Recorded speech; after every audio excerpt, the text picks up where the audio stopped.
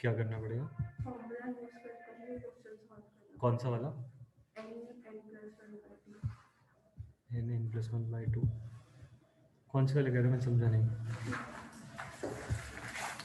जो वो लाइंस वाला क्वेश्चन था। लाइंस वाला तो हमने उसी से किया, फॉर्मूले से किया। ये फॉर्मूला था ना।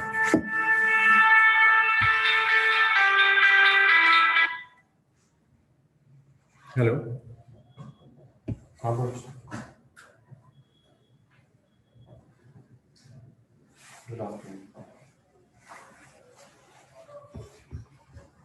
अच्छा, क्या हुआ? अच्छा।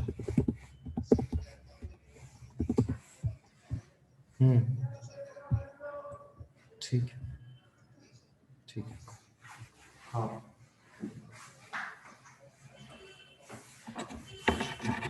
ठीक ठीक।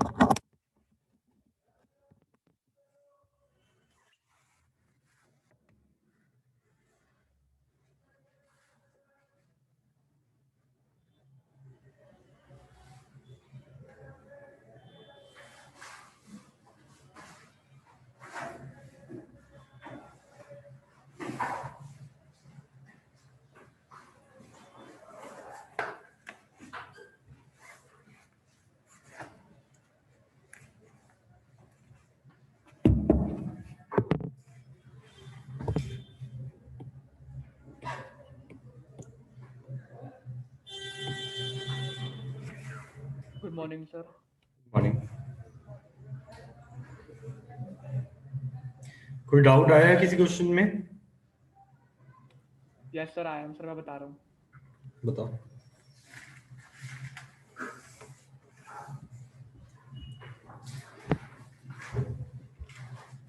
सर क्वेश्चन नंबर 8 और 9। कौन सा? 8 9।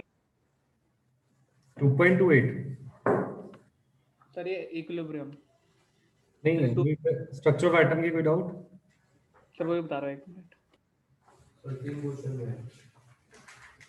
3 क्वेश्चन में बताओ। सर 30 का बी पार्ट और 31 और 62 ठीक और 67 का भी बी पार्ट। ठीक।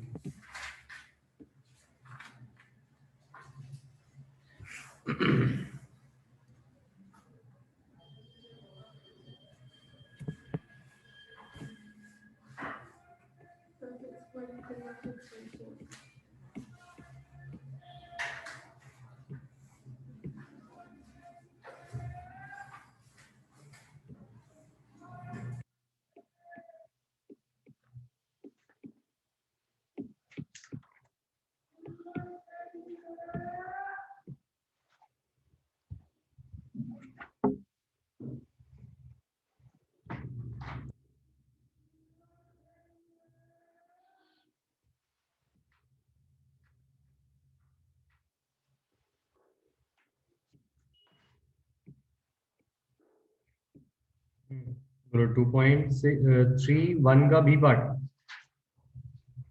सर 30 का 30 का बी पार्ट।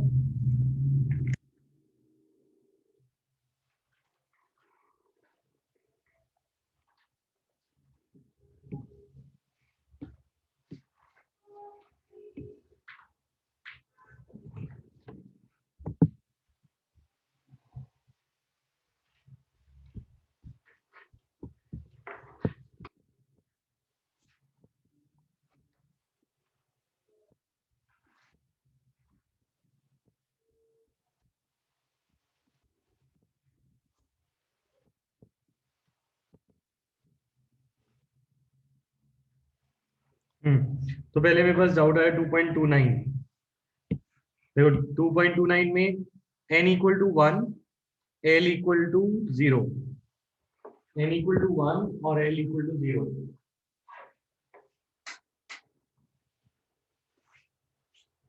तो ये कौन सा ऑर्बिटल को रिप्रेजेंट करता है? n इक्वल टू 1 यानी 1, l इक्वल टू 0 यानी s, l इसके लिए 0 था, s के लिए। तो ये ऑर्बिटल कौन सा हो गया? 1s। ठीक है। सिमिलरली अगर हम बात करें नेक्स्ट पार्ट, इसका बी पार्ट ऐसे ही सॉल्व हो जाएगा। 3 जैसे फॉर एग्जांपल, हाँ n इक्वल टू 3 ये कौन सा 2.29, ठीक है। n equal to 3, l equal to 1। तो थर्ड शेल का सब शेल कौन सा, L1 किसके लिए होता है, P के लिए, तो ये कौन सा ऑर्बिटल हो गया 3p एंड सो ऑन। मैं बस ये याद रखना है L equal to 0 1 2 3 that is S P D F, और उसके बाद इनको डिनोट कर देना है। Now clear modern. नेक्स्ट 2.30 का बी पार्ट, बी और D part.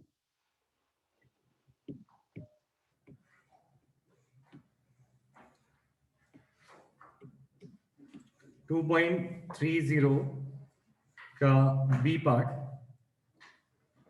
n equal to 1, l equal to 0, m equal to 0 और ms इक्वल टू -12। ये कह रहे कि ये ऑर्बिटल, ये क्वांटम नंबर्स पॉसिबल हैं। तो n इक्वल टू 1, ठीक है, 1 अगर n होता है तो l की वैल्यू 0 हो सकती है, तो l और n सही है। ml की वैल्यूज होती हैं -l टू +l, तो -0 से +0 यानी 0, और ms +12 -12 दोनों हो सकता है, तो वो ये भी सही है, ठीक है। ऐसे डी पार्ट में भी अगर डाउट है तो डी पार्ट में n equal to 2, l equal to 1, ml equal to 0, ms equal to -12, ठीक है। तो इसके अंदर 2 के लिए 1 हो सकती है, l की वैल्यू यस हो सकती है, ml की वैल्यू भी 0 हो सकती है, और ms भी -12 हो सकता है, तो ये भी सही है। हाँ होगा, पर ml 1 0 पॉसिबल है कि नहीं, वो 1 दे रखा है ना उसने, तो इनमें से ये कह रहा है ml की ये वैल्यूज पॉसिबल हैं या नहीं, ठीक है। 2.31, तो डाउट्स में 2.31 कह रहा है n इक्वल टू 4 और ms इक्वल टू -12,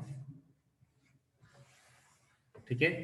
तो कितने इलेक्ट्रॉन ऐसे होंगे, तो देखो इसके अंदर n इक्वल टू 4, तो टोटल इलेक्ट्रॉन का एक फॉर्मूला था, टोटल इलेक्ट्रॉन का फॉर्मूला क्या होता है 2n स्क्वायर, यानी कि 2 × 4 का स्क्वायर दैट इज 16 का स्क्वायर का 2, तब 32 हो जाएगा, टोटल इलेक्ट्रॉन 32 हो जाएंगे, और 32 में से आधे +12 और आधे -12 होंगे। 1 second, I am wait.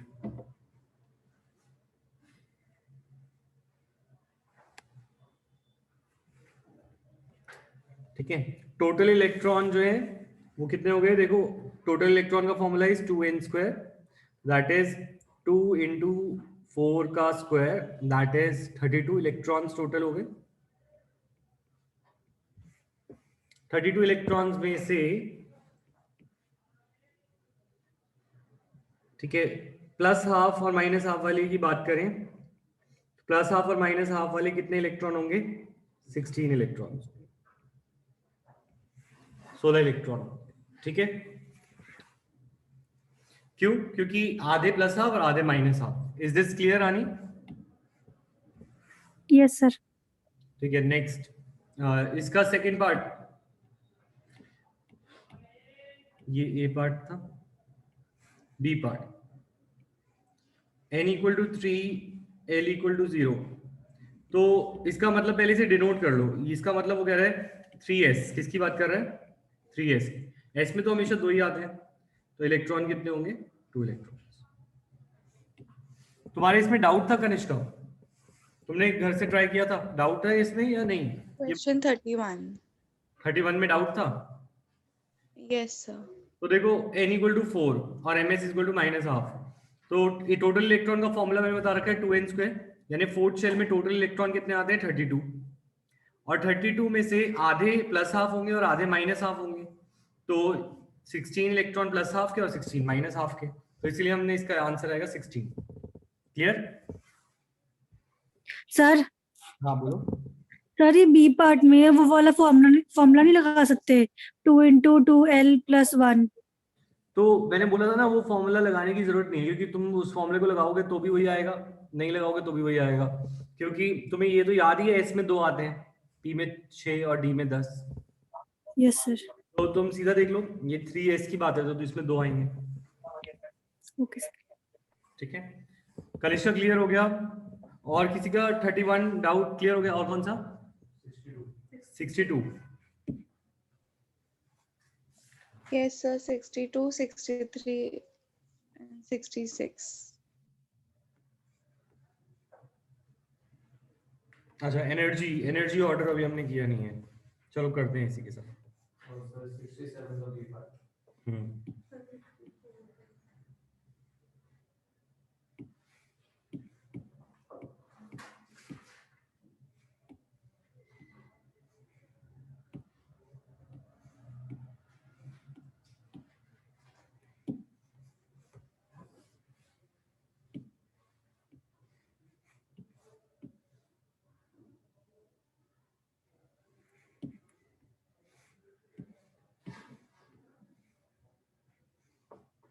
Alright, 2.62 देखो।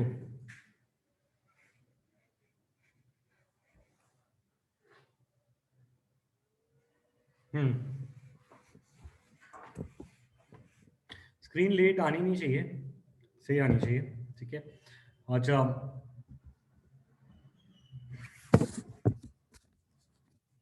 देखो 2.62 क्वेश्चन कह रहा है arrange them in increasing energies. ठीक है, एनर्जी का रूल कौन सा है? Do you remember?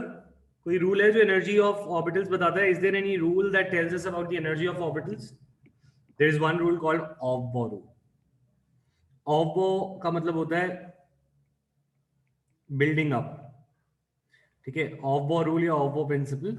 ऑफ-बॉ प्रिंसिपल कहता है orbitals are always filled in increasing orders energies. Orbitals are always filled in order of their increasing energies. Is my voice cracking या break हो रही है या screen लेट आ रही है? No, sir. Clear. Yes, Clear sir. आ रहा है? Clear है। ठीक है, तो ऑफ-बॉ प्रिंसिपल कहता है orbitals are always filled in increasing energies. ठीक है, और इसका लिए एक रूल है हमारे पास, और वो रूल है n+l रूल। एनर्जी पता लगाने के लिए n+l रूल क्या कहता है कि तुम n और l को ऐड करके देखो कि कौन किसकी एनर्जी ज्यादा है। Greater the value of n+l greater is the energy. Greater the value of n+l greater is the energy.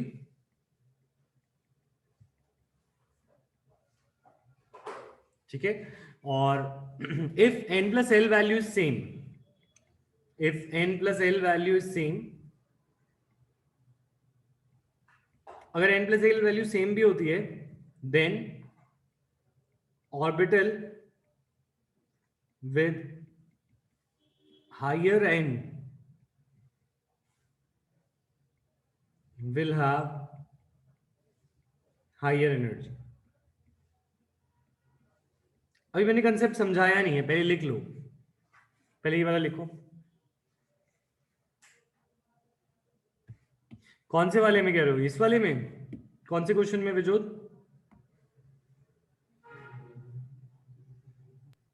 जो भी है मतलब उस टाइप में। अच्छा, ये जो अभी कर रहे हैं यही ना? अभी मैं समझा। ठीक है, तो n+l रूल में एक चीज जो तुम्हारे दिमाग में रखनी है कि बस n और l को देखना है, ms और ml को नहीं देखना है ना। तो यहाँ पे ध्यान दो, और अगर तुम ध्यान दो ये गिवन है फर्स्ट पार्ट में n+l की वैल्यू कितनी आ रही है? n+l कितना आ रहा है? 4 + 2 6। इसका n+l कितना आ रहा है? 5। इसका कितना आ रहा है? 5। इसका 5, इसका 4 और इसका 5। ठीक है, तो मैं इनको एक बार रिप्रेजेंट कर देते हैं। रिप्रेजेंट करने का मतलब क्या है कि इनको अगर मैं रिप्रेजेंट कर दूं तो ये 4 और 2 यानी कि 4d, डी 3 और 2 यानी 3d, 4 और 1 दैट इज 4p, 3 और 2 दैट इज 3d। ठीक है, और 3 और 1 that is 4p, नहीं सॉरी 3 और 1 is 3p और 4 और 1 is 4p, ठीक है ना। तो अब वो कह रहा है अरेंज करो इनको in order, arranging increasing order. तो देखो जिसकी n प्लस एल वैल्यू किसकी सबसे कम है, सबसे कम है 3p की, 4 वैल्यू है, तो 3p हो गया सबसे कम एनर्जी का। फिर 3p से ज्यादा आगे कौन है, 4 से ऊपर कौन है, 5 के यहाँ पे तुम्हें एक नहीं, तुम्हें यहाँ पे 5 के ये 4 दिख रहे हैं तुम्हें, ठीक है। अब इसमें से इन सब का n plus l value same है। अगर किसी का n plus l value same होता है तो what do we have to see, we have to see the n value. तो इसमें 3d सबसे कम वाला है जिसकी n ये 5 में से 3d जो है वो कम वैल्यू का है, ठीक है ना। तो 3d इससे आगे, और क्योंकि यहाँ पे ये दोनों 3d हैं तो ये 3d जो भी होंगे ये दोनों इक्वल एनर्जी के होंगे, क्योंकि ये हमारे कहलाते हैं डीजेनरेट ऑर्बिटल्स। इनका नाम होता है, इनको नाम दिया जाता है कि ये कैसे हैं, डीजेनरेट। डीजेनरेट ऑर्बिटल मतलब चाहे 3d की कोई भी दो ऑर्बिटल होंगे वो सेम एनर्जी पे होंगे। 3d के 5 डब्बे होते हैं, राइट। अब 5 में से सबकी ml वैल्यू अलग होती है पर पांचों की एनर्जी सेम होती है। तो ऑल्दो एक की एनर्जी, एक का ml वैल्यू होगी -2, एक की होगी -1, 0, 1 और 2, but they all will have same energy. इनकी एनर्जी क्या है, सेम। तो दैट इज व्हाई यहाँ पे 3d के दोनों इक्वल ही एनर्जी पे रहेंगे। 3d के बाद अब बताओ कौन सा आएगा, 4p और दूसरा भी 4p जो भी होगा that will B equal 4p, ठीक है। उसके बाद 5 के बाद 6 है ना, दैट इज 4d। तो ये कंसेप्ट याद रखना है। और एक नंबर में ये भी आ सकता है व्हाट इज डीजेनरेट ऑर्बिटल। तो degenerate orbitals are the orbitals which have the same energy. उसका एग्जांपल बना देंगे एक शॉर्ट में, 1 मार्क में आएगा तो उसका पूरे मार्क्स लेंगे। Is this question and answer clear, yes और नो? सर डीजेनरेट की डिफाइन कर दो तो। ऑर्बिटल्स हैविंग सेम एनर्जी, उसका एग्जांपल दे देंगे। All the 3d orbitals have same energy, all the 4p orbitals have same energy. यानी 3d के सारे रूम का किराया एक है, सेम है, और 4p के सारे रूम्स का किराया एक है, ठीक है। तो ये orbitals having same energy are called degenerate orbitals. Next is next question बताओ कौन सा डाउट आया था? 67 63 भी डाउट है।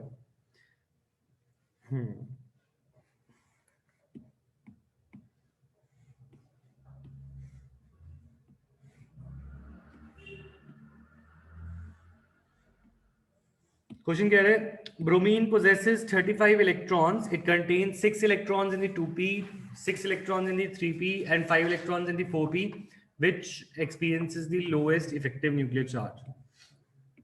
ब्रोमीन की कॉन्फ़िगरेशन ही कर देते हैं। ब्रोमीन का atomic number is 35, 1s2, 2s2, 2p6। School से करके दिखाओ, कोई भूल गया होगा तो उसे याद आ जाएगा। School public school Delhi public school, ठीक है। तो 1s, 2s, 3s, 4s, 5s, 2p, 3p, 4p और ये 3p, ठीक है ना। अब यहाँ पर 1s में 2, 2s में 2, 2p में 6, 3s में 2, 3p में 6, 4s में 2, 3d में 10, 4p में 5, 35 यहाँ पे कंप्लीट हो जाएंगे। हाँ 35 यहाँ पे कंप्लीट हो जाएंगे। अब वो कह रहे हैं कि ये इसकी कॉन्फ़िगरेशन है और इसी चीज को इसने वर्ड में लिखा हुआ है that 6 electrons in the 2p और 6 इलेक्ट्रॉन्स इन द 3p और 5 electrons in the 4p orbital. तो वो कंपेयर करने को पूछ रहा है। वो कह रहे हैं 2p, 3p और 4p। वो कह रहे हैं किसमें सबसे ज्यादा लोएस्ट इफेक्टिव न्यूक्लियर चार्ज होगा। तो इफेक्टिव न्यूक्लियर चार्ज का एक छोटा सा सिंपल सा फॉर्मूला है, वो मैंने बताया नहीं था, अब बता रहा हूं, तो अब लिख लो। इफेक्टिव न्यूक्लियर चार्ज ये चैप्टर 3 में भी बहुत काम आएगा। इफेक्टिव न्यूक्लियर चार्ज का क्या फॉर्मूला है? That is nuclear charge minus the shielding.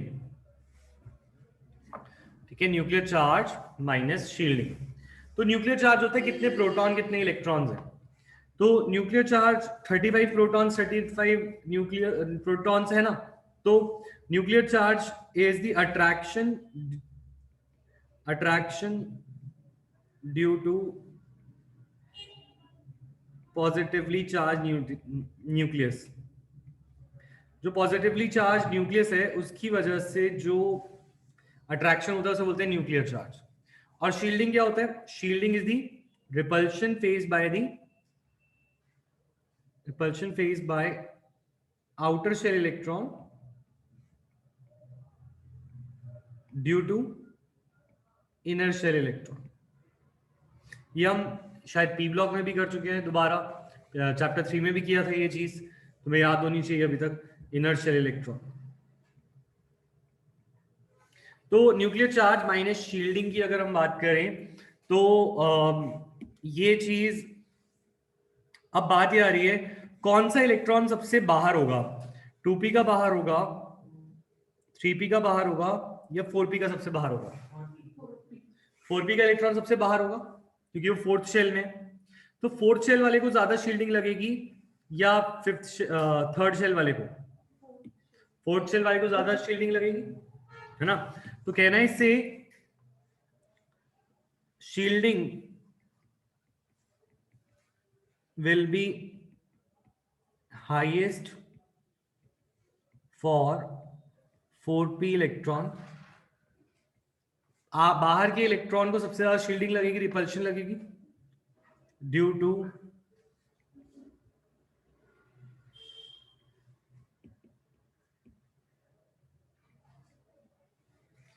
because it is outermost, because it lies in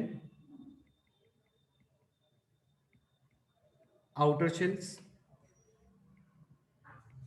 ठीक है, अब अगर हम बात करें शील्डिंग सबसे ज्यादा 4p को लगेगी, तो शील्डिंग ज्यादा होने से इफेक्टिव न्यूक्लियर चार्ज जो नेट रिपल अट्रैक्शन फोर्स है वो कम होता है। तो इसमें मैं कहना है से सो 4p will experience lowest effective nuclear charge. So 4p will experience lowest effective nuclear charge। हाँ बोलो क्या डाउट है? तो तुम्हारी आवाज साफ नहीं आई, फिर से बोलो। Sir 3d orbital poor shielding नहीं करता है। हाँ 3D का पुअर शील्डिंग है। हाँ सर पुअर शील्डिंग हुई तो फिर न्यूक्लियर चार्ज उस पे तो ज्यादा आना चाहिए 4p पे। यहाँ पर हम एक्सेप्शन केसेस नहीं ले रहे ना, हम नॉर्मल केसेस ले रहे हैं क्योंकि कुछ केसेस में वो पुअर हो जाता है। जैसे एल्यूमिनियम और गैलियम का केस है, तुम्हें याद होगा। एल्यूमिनियम और गैलियम में gallium is smaller than aluminium, उसकी आयनाइजेशन वैल्यू भी ज्यादा होती है due to poor shielding by the d orbital, है ना। तो अब बात ये आ रहा है वो एक्सेप्शनल केसेस है, पर बाकी केसेस तो नहीं है, ऐसे हर जगह तो नहीं है। तो हम एक जनरल केस इसमें लेंगे, हम एक्सेप्शन केसेस पी ब्लॉक में लेंगे।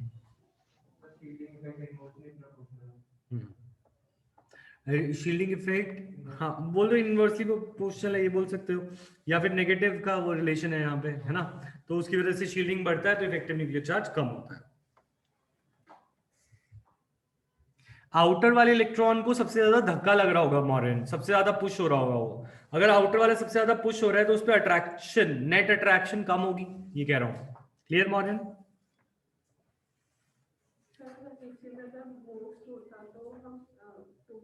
हाँ, अगर मोस्ट इफेक्टिव न्यूक्लियर चार्ज होता तो हम 2p को बोलते। ठीक है, अब आते हैं नेक्स्ट। और क्या डाउट है बोलो? 64 और 65।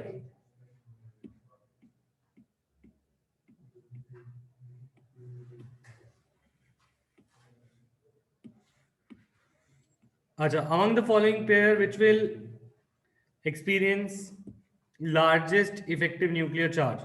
तो अगर अब यही चीज लगानी है 2s और 2p पे, 2s और 3s पे, तो देखो 2s और 3s में हम बात करें इफेक्टिव न्यूक्लियर चार्ज की, इफेक्टिव न्यूक्लियर चार्ज का फॉर्मूला फिर से वही है, that is nuclear charge, that is the attraction bye the nucleus minus shielding effect. ठीक है, अब जो आउटर शेल होने की वजह से आउटर शेल को इलेक्ट्रॉन को ज्यादा रिपल्शन फेस होती है, outer shell feels more shielding, जिसकी शील्डिंग ज्यादा होती है, शील्डिंग मतलब जो ज्यादा शील्ड होगा उसका इफेक्टिव न्यूक्लियर चार्ज कम होगा। तो दैट मींस 3s का कम है, लिखा हुआ नहीं आ रहा, 1 सेकेंड।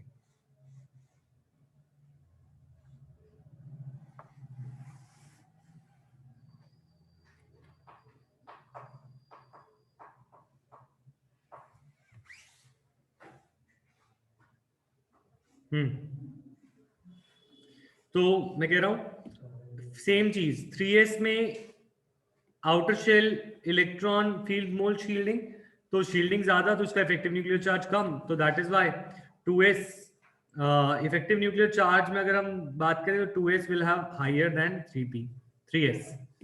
ठीक है, इसी तरीके से 4d और 4f में से d और f में से d को ज्यादा अट्रैक्शन लगेगी क्योंकि वो छोटा होता है, तो 4d और 4f due to small size of, यहाँ पे शील्डिंग की बात नहीं है क्योंकि दोनों फोर्थ शेल में है, तो दोनों को बराबर शील्डिंग लगेगी, but due to small size of 4d it is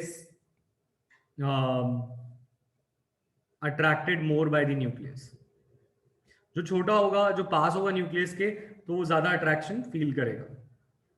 ठीक है, उसके बाद 3d और 3p में से सेम केस बनेगा, 3p का ज्यादा होगा 3d से, क्यों? क्योंकि 3p being smaller in size will, because p is smaller in size than 3d,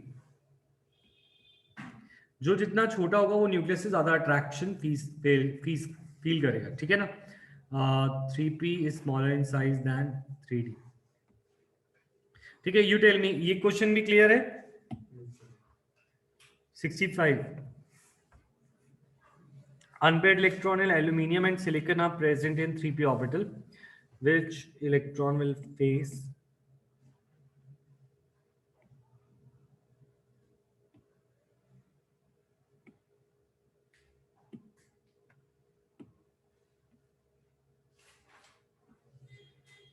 ठीक, क्वेश्चन कह रहे हैं the unpaired electron in the aluminum and silicon are present in 3p orbital. Which electron will face more effective nuclear charge from the nucleus?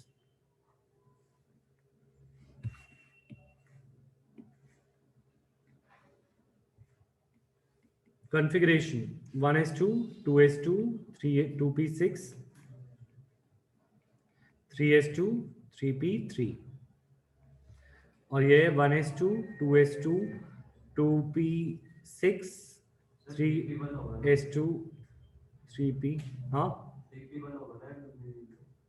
3p1 होगा, sorry, हाँ 3p1 और 3p2।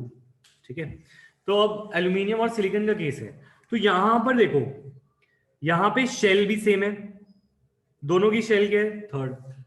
दोनों की सब शेल भी सेम है, 3। देखो, अगर क्वेश्चन शेल का आता है तो अंदर वाली शेल को ज्यादा अट्रैक्शन लगती है। ठीक है, ये हमने पहले क्वेश्चन में देखा था 63 में। दूसरे क्वेश्चन में हमने देखा था अगर सब शेल का केस आता है, सेम शेल होती है और सब शेल डिफरेंट होती है, तो जो छोटा होता है उसको ज्यादा अट्रैक्शन लगती है। तो यहाँ पे ये दोनों केसेस सेम है।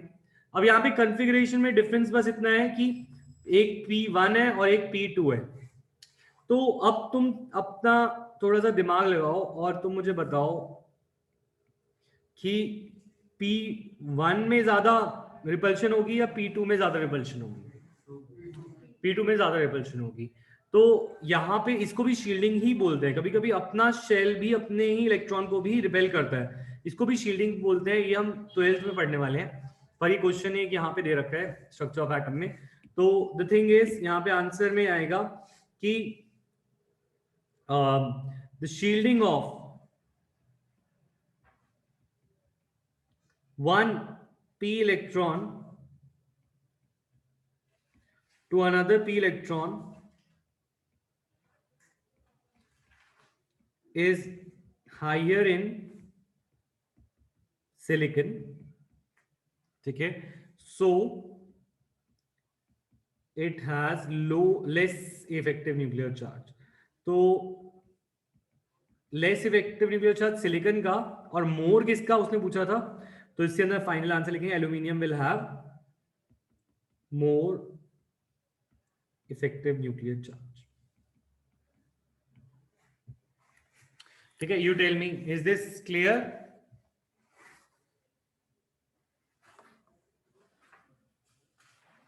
हाँ, पी में न्यूक्लियर चार्ज भी तो ज्यादा है। हाँ, ये बात भी सही है कि पी के अंदर न्यूक्लियर चार्ज भी ज्यादा है, पर द थिंग इज, अब अगर हम एक ही शेल के अंदर होते हैं,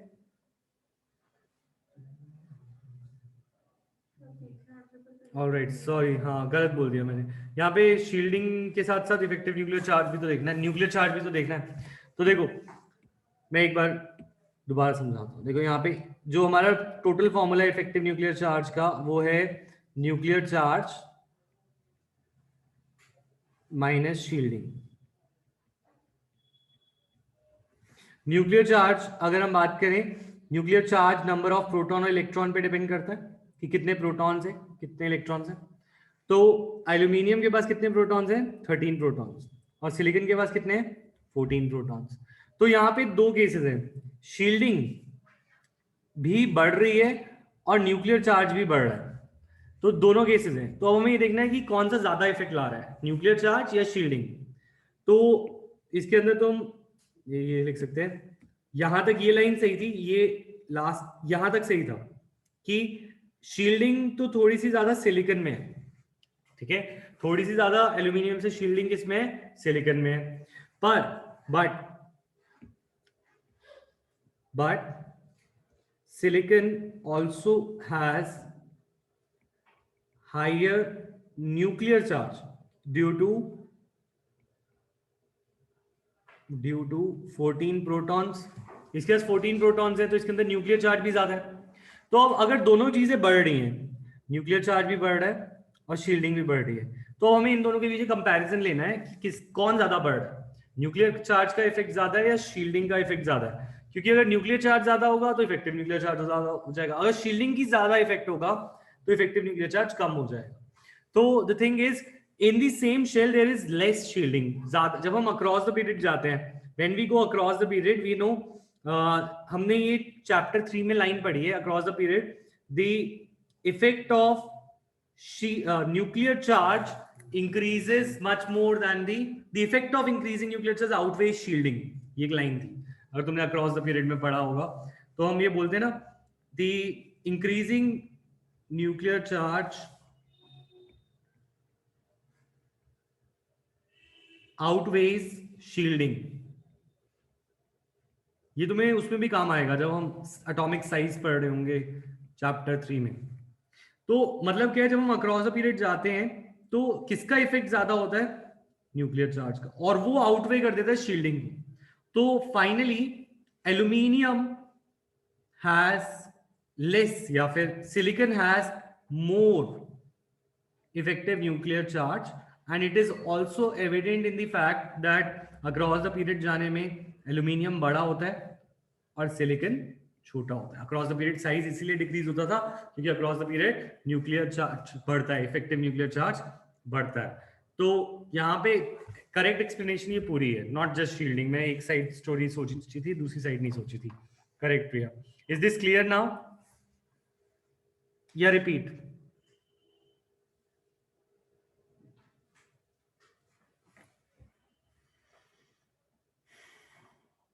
क्लियर सर। ठीक है, नितांश समझ आ गया?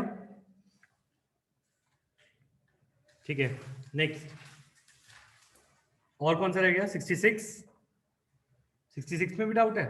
वो तो कॉन्फ़िगरेशन का है, बोलो कराना है 66, यस और नो? या 67? सर एक बार आइडिया दे दो करना कैसे है, बाकी विल डू। देखो 66 में क्या है, तुम्हें कॉन्फ़िगरेशन करनी है। 66 में तुम्हें कॉन्फ़िगरेशन करनी है और देखना है कि कोई अनपेड इलेक्ट्रॉन है नहीं, ऑर्बिटल डायग्राम बना लेना। फॉर एग्जांपल मैं सिलिकॉन का लेता हूँ, तो सिलिकॉन का एटॉमिक नंबर इज 14। तो अभी हमने देखा ही था, इट इज 3s2 3p2। तो तुम्हें इसमें देखना है कि 3s और 3p में कितने अनपेयर्ड इलेक्ट्रॉन बचते हैं। तो 3s में तो कोई भी अनपेयर्ड नहीं है, क्योंकि 3s में 2 हैं और 3p में कितने हैं, 2 अनपेयर्ड इलेक्ट्रॉन्स हैं। तो इसका आंसर क्या होगा, 2 अनपेयर्ड इलेक्ट्रॉन्स। ठीक है, ऐसे करके ऑर्बिटल डायग्राम बना के हमें अनपेयर्ड इलेक्ट्रॉन बता दें। नेक्स्ट 67 में किसी को डाउट तो नहीं? अगर क्वेश्चन कह रहे हैं अगर n इक्वल टू 4 है तो l कितनी होंगी, l की वैल्यू 0 1 2 3 होंगी, यानी sp d सब शेल मिलेंगी, f भी मिलेगा। और how many electrons are there, n equal to 4 में 32 इलेक्ट्रॉन्स होते हैं और इसके अंदर भी 16 इलेक्ट्रॉन्स आएंगे। ये सेम वही ऊपर वाला क्वेश्चन हो गया, ठीक है ना। तो अब जो कुछ पार्ट्स रह गए इस चैप्टर की, जो शील्डिंग हमने कर लिया, स्क्रीनिंग हमने कर लिया, कुछ बहुत थोड़े से पार्ट रह गए इस चैप्टर के, और ये चैप्टर हम खत्म कर देते हैं आज। और वो पार्ट्स हैं, देखो, टुवर्ड्स क्वांटम मैकेनिकल मॉडल। तो बात ये आ रही है कि जब हम क्वांटम मैकेनिकल मॉडल की तरफ जा रहे थे, क्योंकि बोर का मॉडल क्यों फेल हुआ था, तो ड्रॉबैक ऑफ बोर मॉडल क्या थी, एक बार उसको रिवाइज करते हैं। तो ड्रॉबैक ऑफ बोर मॉडल ये थी, सबसे पहला ड्रॉबैक ये थी that first of all there was splitting of lines, नहीं sorry, appearance of fine lines. जैसे जैसे हम स्पेक्ट्रोस्कोपी बढ़ाते गए तो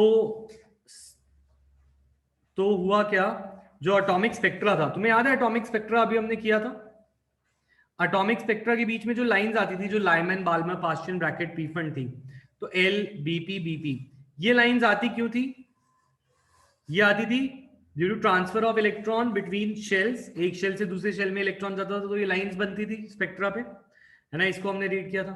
तो अगर एल बीपी, ये जो लाइंस है इन्हें हम स्पेक्ट्रल लाइंस बोलते हैं। ये स्पेक्ट्रल लाइंस तो दिखती थी, पर जब हमारी टेक्निक थोड़ी और अच्छी होने लगी तो हमें और भी फाइन लाइंस दिखने लगी। तो ये फाइन लाइंस को बोर का मॉडल एक्सप्लेन नहीं कर पा रहा था, it was not able to explain the appearance of the fine lines. Fine lines क्यों आ रही है, ठीक है, तो अब तुम समझ सकते हो क्यों आ रही है, क्योंकि अगर ये फाइन लाइंस है, ये किससे आती थी, शेल से। तो बोर के मॉडल में शेल्स तो थे पर सब शेल्स नहीं थे, तो अगर सब शेल में इलेक्ट्रॉन ट्रांसफर होगा तो क्या आएंगी, फाइन लाइंस आएंगी। अगर ऑर्बिटल्स में इलेक्ट्रॉन ट्रांसफर होंगे तो किसमें आएंगे, फाइन लाइंस आएंगी। ठीक है, मतलब क्या है, अगर तुम एक गली से दूसरी गली कूदते हो तो बड़ी लाइन बनती है, पर अगर तुम एक घर से दूसरे घर में जाते हो तो फाइन लाइंस बनती है। अब वो बोहर ने गलियों के बारे में तो बताया था, पर उसने घरों के बारे में नहीं बताया था। ठीक है, तो ये हो गया appearance of fine lines in the spectrum, in spectrum atomic या एमिशन स्पेक्ट्रम। और दूसरा स्प्लिटिंग, ये जो लाइंस है ये भी स्प्लिट हो जाती थी, splitting of lines in presence of ये magnetic field and electric field. मतलब क्या, अगर हम कोई इलेक्ट्रिक या मैग्नेटिक फील्ड के बीच में ये स्पेक्ट्रम लेने की कोशिश करते थे तो ये लाइन स्प्लिट हो जाती थी। मैग्नेटिक फील्ड में अगर लाइन स्प्लिट हो जाती थी तो इसे बोलते थे जीमैन इफेक्ट, और अगर इलेक्ट्रिक फील्ड में हो जाती थी तो उसे बोलते थे स्टार्क इफेक्ट। तो दो इफेक्ट हैं, जीमैन इफेक्ट और स्टार्क इफेक्ट, जिसको बोहर मॉडल एक्सप्लेन नहीं कर पाया था। इसके अलावा दो ऐसे डेवलपमेंट्स हुई जिसको बोहर मॉडल को जिसको और भी एक्सप्लेन नहीं कर पाया, और वो डेवलपमेंट्स थी, first dual behaviour of matter, जो कि डी ब्रॉगली वेवलेंथ है, डुअल बिहेवियर ऑफ मैटर, उसका फॉर्मूला था h lambda is equal to h by mv। ठीक है, इसको कभी कभी ऐसा भी लिखा होता है, lambda is equal to h by p, where p is the momentum. ये दोनों सेम चीज है, momentum is mass into velocity. तो the thing is Bohr model could not explain तो Bohr model only took particle nature of electron, उसने electron को सिर्फ particle माना था। पर अगर तुम सपोज एक इलेक्ट्रॉन है that is moving by velocity of, but see कि इससे अगर हम इसके अंदर इलेक्ट्रॉन पे फॉर्मूला लगाते हैं तो क्या होता है, तो देखो डुअल बिहेवियर ऑफ मैटर का एक क्वेश्चन भी हमने कर लिया था शायद,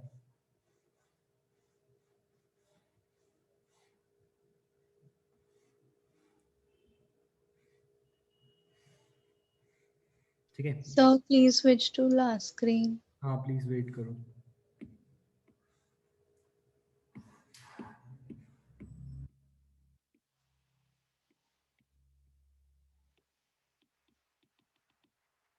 देखो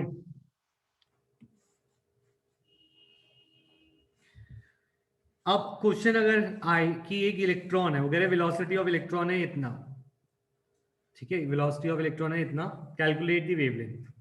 तो वेवलेंथ का हमने डी ब्रॉगली का फॉर्मूला सीखी है, lambda is equal to h by mv, h is 6.626 into 10 raised to -34, और मास ऑफ इलेक्ट्रॉन तुम्हें याद रखना है 9.1 is into 10 raised to -31 kg, और वेलोसिटी कितनी है 1.6 into 10 to the power 6। तो अगर तुम इसको सॉल्व करोगे भी तो 10 रेज़ टू पावर माइनस, अगर मैं पावर्स को ही अगर एक बार देख लूँ तो पावर्स आ रही हैं 10 रेज़ टू पावर -3 ऊपर और नीचे से 9। तो अगर मैं इसको भी कट करता हूँ तो पावर आ रही है 10 रेज़ टू पावर -9। तो suppose something into 10 raise to power -9, ठीक है। तो दैट मीन्स ये जो वेवलेंथ है, वेवलेंथ इज इन नैनोमीटर। इसकी जो वेवलेंथ आ रही है, wavelength of electron is coming in nanometre,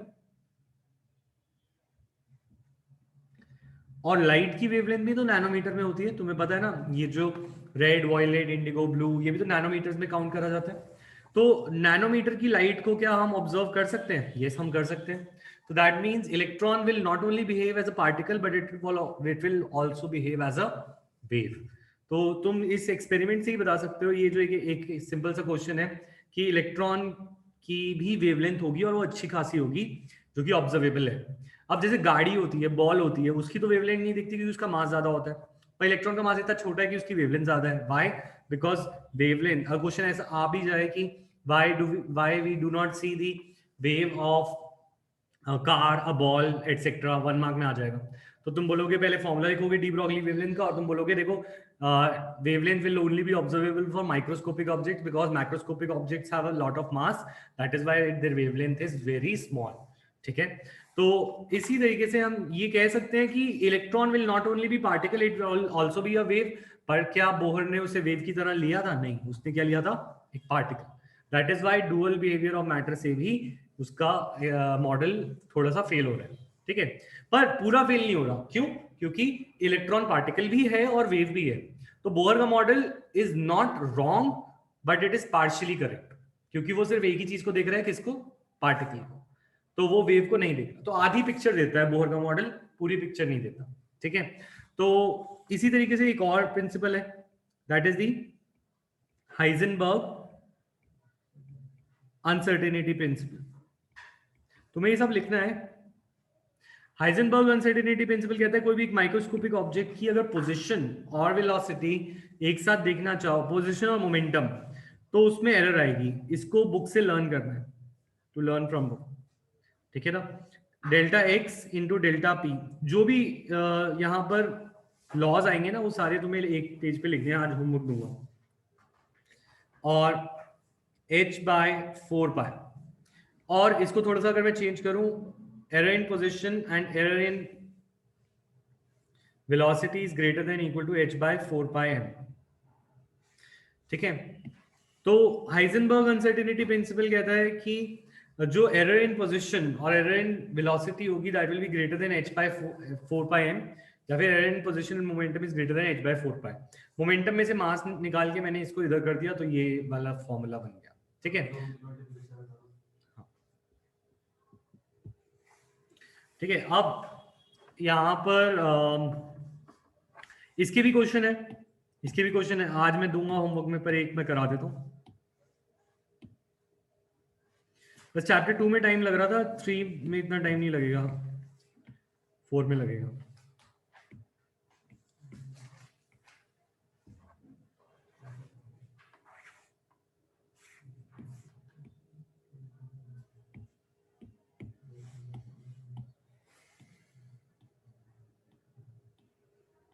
ठीक है, इसी के साथ तुम्हें एक फॉर्मूला शीट भी बनानी है। आज का होमवर्क थोड़ा सा अलग होगा, मैं बताता हूँ क्या क्या करना है। बस जैसे मैं बता रहा हूँ वैसे वैसे चलते जाओ, और कुछ टेंशन लेने की जरूरत नहीं है केमिस्ट्री में। देखो, if position of electron is measured with an accuracy of इतने नैनोमीटर, ये एरर इन पोजीशन है या वेलोसिटी है? वो चीज हमें पता चल जाएगी उसकी यूनिट से भी और गिवन भी है।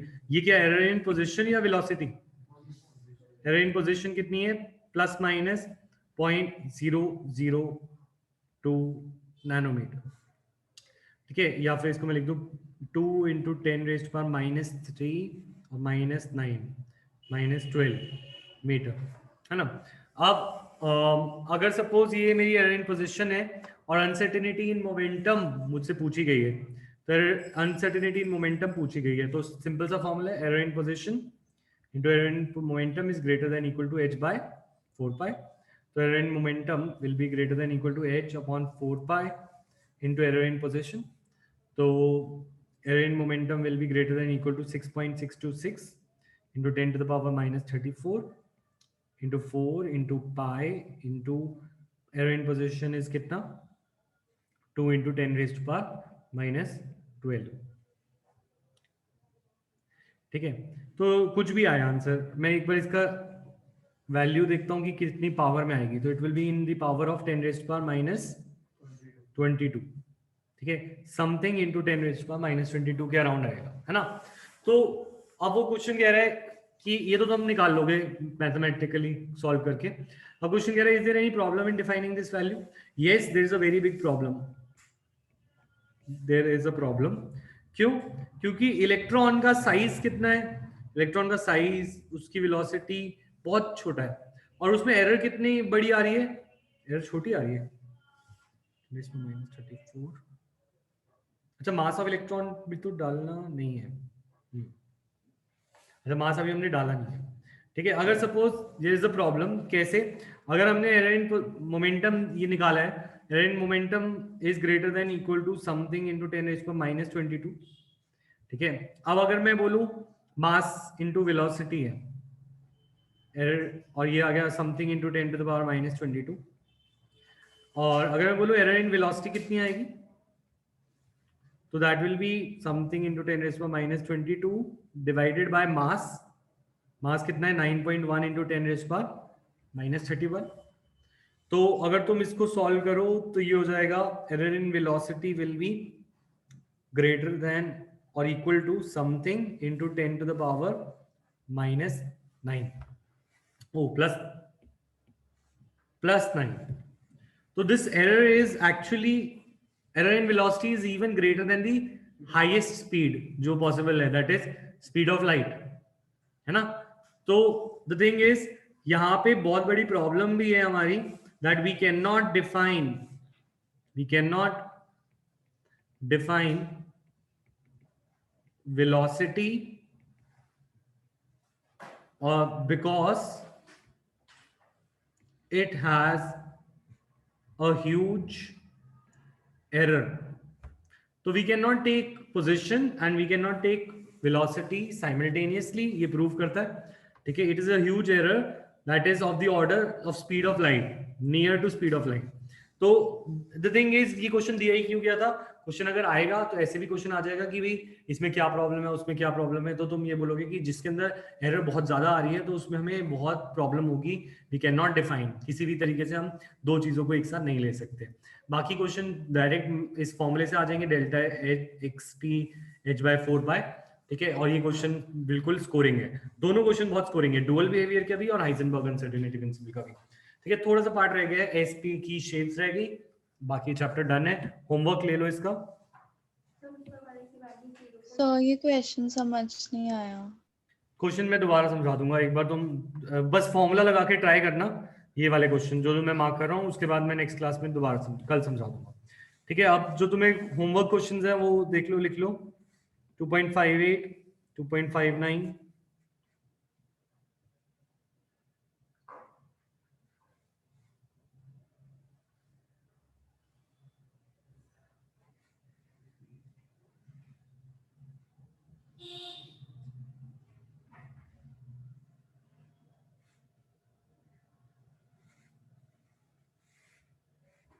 टू 2.54 कर लेना।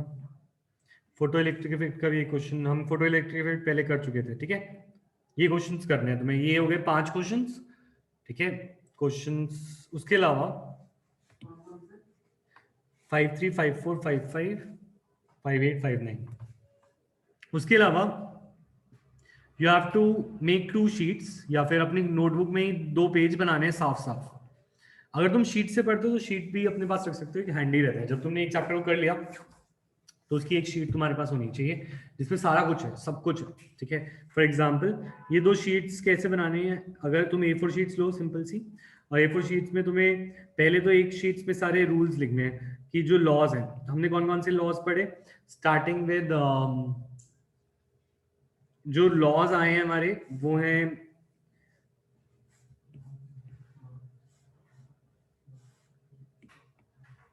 देखो Aufbau, Hund's rule, Pauli's exclusion principle, इनको एज इट इज बुक की लैंग्वेज में लर्न रखना है। कोई ना कोई एक ना एक तो आ ही सकता है, ठीक है। डी ब्रॉगली वेवलेंथ का जो लाइन है वो पूरी, ठीक है। Then we have Hund's rule, ठीक है, और स्क्रॉडिंजर वेव इक्वेशन।